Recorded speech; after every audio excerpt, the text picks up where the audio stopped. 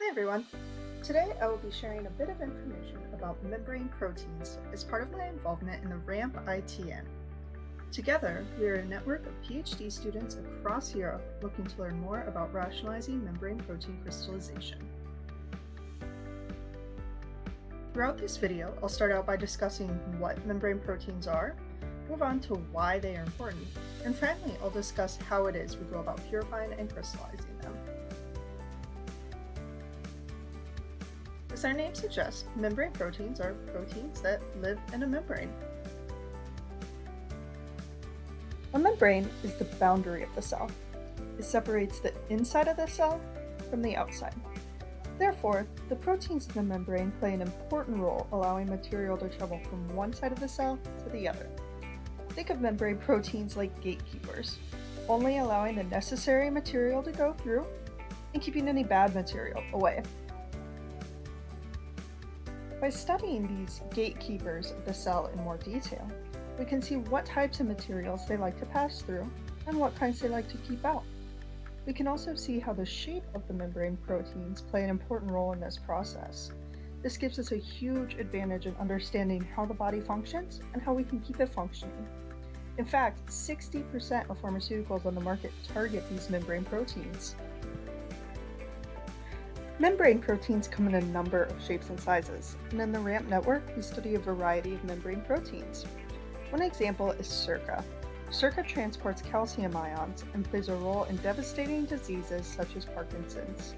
Studies are suggesting that blocking SERCA's ability to transport calcium could provide therapeutic effects. The broad outer membrane protein family, or OMP family of proteins found in bacteria such as E. coli, use their structure to stick to hosts and cause bacterial infection, even defending themselves against the human immune response. The last example I'll provide here is the G-coupled protein receptor, or GPCR family of proteins. This family is involved in receiving signals from outside of the cell and transmitting them inside of the cell. This maintains crucial functions like keeping our heart beating at the proper rate. Now that we know what membrane proteins are and why they are important, let's talk about how we produce them. First, we modify a safe form of E. coli by inserting a gene that codes for a protein of interest.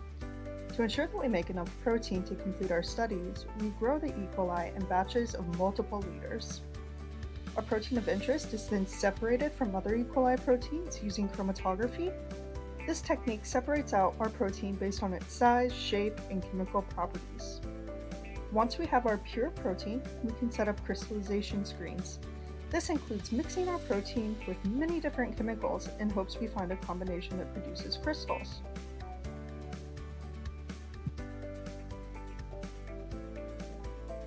Crystals are solid objects consisting of repeating units of our protein of interest.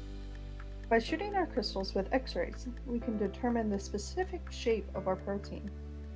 Understanding the shape of the membrane protein allows us to design drugs targeting these areas. If we know the shape, we can design drugs to restore function to worn out proteins, like keeping our heart beating at the right rhythm into old age. We can also design drugs that block functions of proteins, like preventing bacteria from adhering to human cells. But to make sure these drugs are specific and impact only the intended target, we need to know the shape. In this video, we've discussed how membrane proteins are the gatekeepers, living between the inside and the outside of the cell. We briefly touched on the process of producing membrane proteins and how membrane proteins are involved in life-sustaining processes. And we talked about how crystallizing membrane proteins allows us to see their shape and take advantage of their function by targeting them with drugs. Please check out the videos by my fellow RAMP members for more details on membrane proteins.